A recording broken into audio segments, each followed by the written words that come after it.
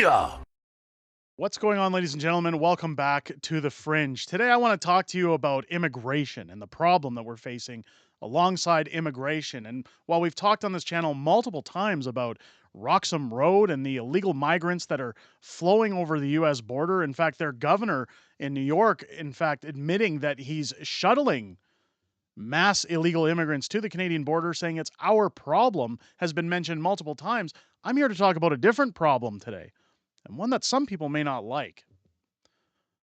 When you look at our political system, when you look at political structure, and when you look at votes, we have a mass problem in this country. In fact, if you followed my policy in Calgary, you'll notice that people in Calgary, the mayor and the city council of Calgary, recently requested that non-Canadian citizens be allowed to vote in future civic elections. Why would they do that? Well, it's because they want those immigrant votes. They want the ability for immigrants to vote because anytime you bring these people over, they don't know anything about our politics. They don't know anything about our political parties. They vote for the people who gave them a visa. They vote for the people who are making their lives easier for them and allowing them to stay. All a politician has to say is, you'll be allowed to stay in the country and continue to steal from our food banks, take what you want from our services, have tax exemptions, get free financial assistance from our governments, go on welfare and have a house to live in that's better than where you came from, and your life will just continue as planned. We see it with every political party, and that's why no matter who gets in office when it comes to the next federal election, we're going to continue to see the problem of migrants shelling their way over into this country to essentially, now people use the word colonization.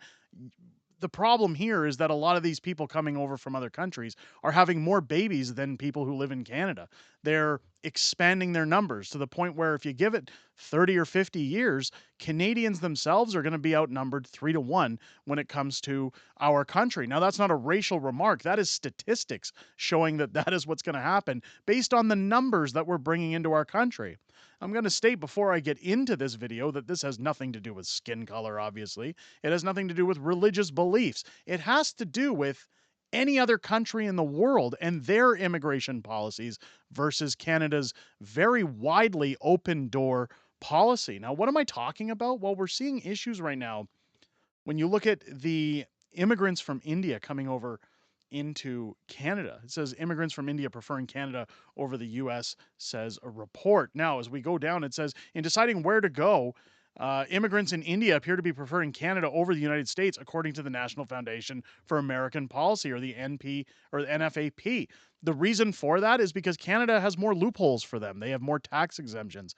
America wants these people to work for a living, not to line up at food banks and steal from them unnecessarily. And of course, we've showed video proof of that. We've seen students or supposed students saying that they're going to the food banks in order to live for free because they really don't have any guilt or shame when it comes to taking those services from Canadians. Specifically, the number of Indians immigrating to Canada has more than quadrupled from 32,000 in 2013 to 139,000 in 2023, an increase of 326%. Again, nothing to do with race here. This has to do with the volume of people that we're bringing to Canada.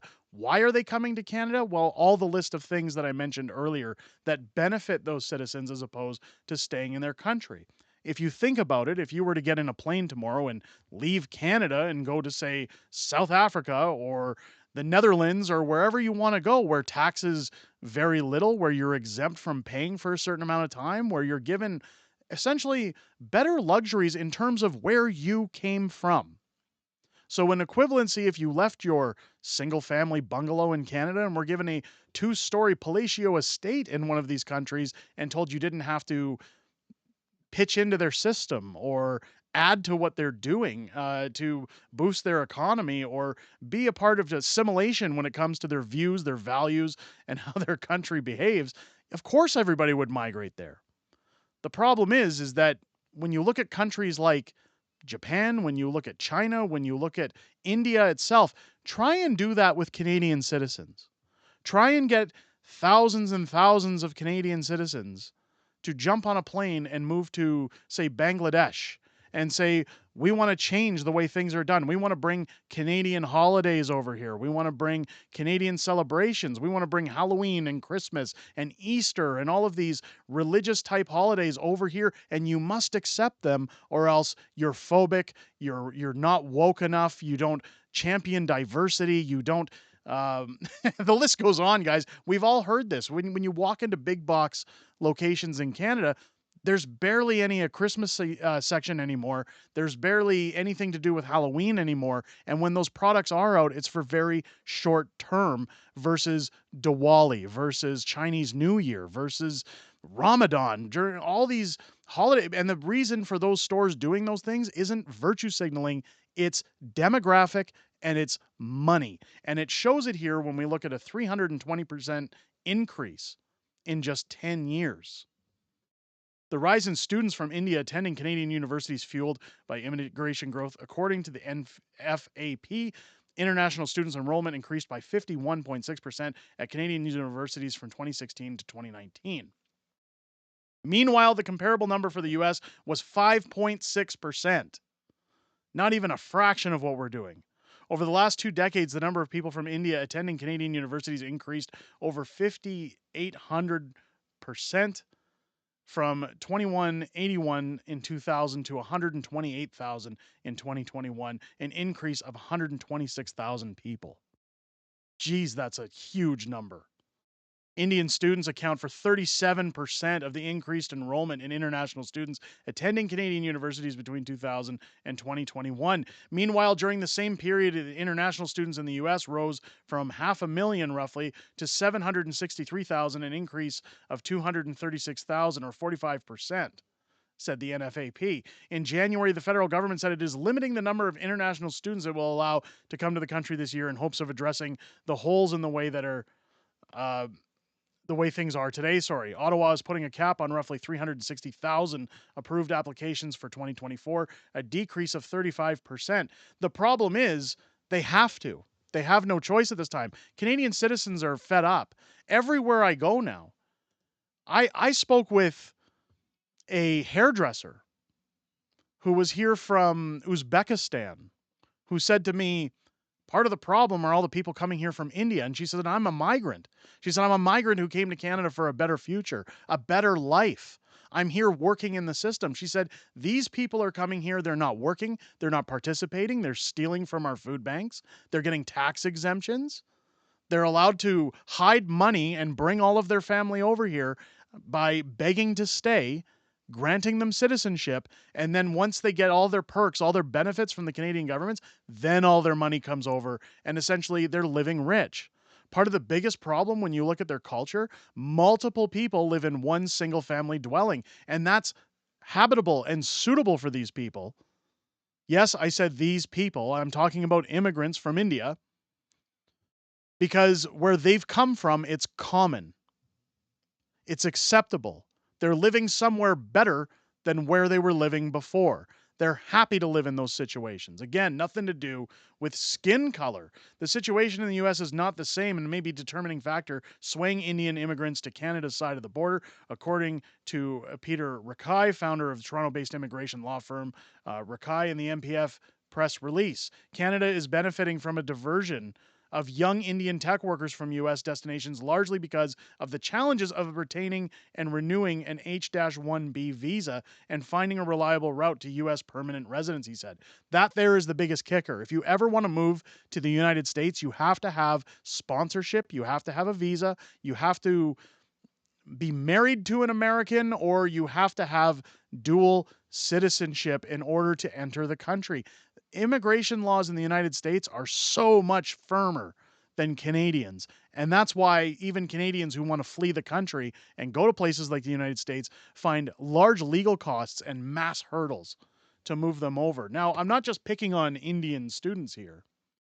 Part of the biggest problem that we see is that Trudeau plans to accept 1,000 applicants from Canadians and relatives seeking a way out of Gaza. He's talking about bringing Palestinians. Now, I was in Winnipeg over the last weekend visiting, and on my way to catch up with some long-term friends, again, I grew up in that city, I was delayed downtown and unable to go down Main Street or Portage Avenue in the middle of downtown Winnipeg because, well, it was blocked off due to a very large Palestinian protests. Now, I say get them all on an airplane, send them to Palestine, and have them protest in the middle of the Gaza Strip. You know why they'll never do it? Well, because they can't.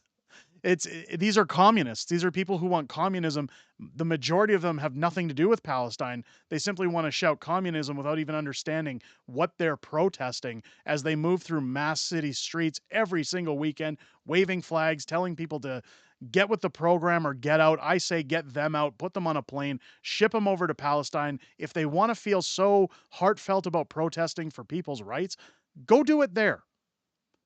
In this country, anytime you protest the government, anytime you want to talk about our rights, we're having our bank accounts frozen, we're having our truck windows smashed, we're having our citizens attacked by SWAT and riot squads. And when it comes to this kind of behavior, well, if you're cheering on another country, if you're championing capitalism, well, you're allowed to freely roam the streets. You're allowed to attack people. You're allowed to threaten them. You're allowed to essentially assault people verbally and physically without any kind of repercussions because the police would hate to be labeled racist moving forward.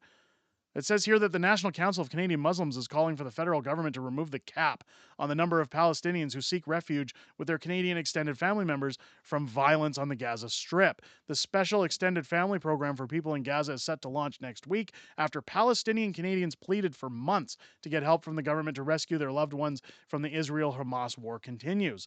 The program would offer visas to a maximum of 1,000 Palestinians, which would allow them to take refuge in Canada for 3 years if their families are willing to financially support them during that time. We all know that's not going to happen. People find loopholes, right? They come here again. It's food banks. It's, you know, begging for money. It's shilling forever wars. When Immigration Minister Mark Miller announced the plan last month, he said it wasn't clear how many people would benefit, but it would actually be in the hundreds. A week later, the department released a written policy for the program. It shows the Immigration and Refugee Citizenship Canada will close the program to new requests after it receives and begins processing the first 1,000 applicants or after a year has elapsed. Now, that after a year has elapsed is the key there because, of course, Pierre Poilievre hasn't made any statements about reducing the amount of migrants coming in from Palestine. He's talked about building homes. This is the problem. This is where we talk about the securities of Canadians, the beliefs of Canadians, traditions of Canadians. We're losing our identity as a country because all of our politicians, yes, even Pierre, want these migrants because of votes. This is all part of a system. This is part of a system designed to weed out anybody who disagrees with them, whether you like or hate that specific political party. I'm sorry to point that out, ladies and gentlemen, but that's reality. That is that is why we see so many migrants coming to this country. The solution isn't block the borders, stop them from coming in, and stop talking about forever wars and essentially focus on Canada or Canada's problems first. We're talking about providing for everyone else except for Canadians in order to garner votes, in order to make us look diverse, in order to make us look like sympathizers, in order to make us look like we're comfortable with expanding our country for these people coming from other war-torn nations where they're essentially bringing their problems to Canadian soil and continuing them by turning our country into that same problem. I sympathize and understand that Canada has one of the largest land masses, one of the fewest countries of actual used land for development when it comes to houses and red tape, but that's all part of bureaucracy. That has nothing to do with Canadians' views. It has nothing to do with racism. It has nothing to do with diversity, equity, inclusion. It has nothing to do with Trantifa. It all has to do with numbers, money, and votes at the end of the day, ladies and gentlemen. But let me know what you think down below. Should Canada put the borders closed and start telling these people, go home? I've started, you know what? I'll admit, I've started telling people who complain about Canada on a regular basis, you should pack your bags and GTFO, if you know what I mean. But let me know what you guys think down below in the comments. If it's your first time here, I hope this video has earned your subscription. Don't forget to join us every Friday here on the channel for Friday Night Fringe at 6 p.m. Pacific, 8 p.m. Central, where we talk about things like this as well as other things going on in the government of Canada. It's detrimental to have people help push this content out and also support our live streams because censorship these days is so masked on YouTube. And of course, anytime you talk like this or you upset the masses, well, platforms like this like to suppress those videos. So make sure to leave a thumbs up, a comment on the way out. Join us in the live streams. I always look forward to hearing what you guys have to say outside of these videos and welcome your opinions during those live streams. Definitely the highlight of my week. I hope you guys enjoyed this video and have a great rest of your day. I'll catch you on the next one.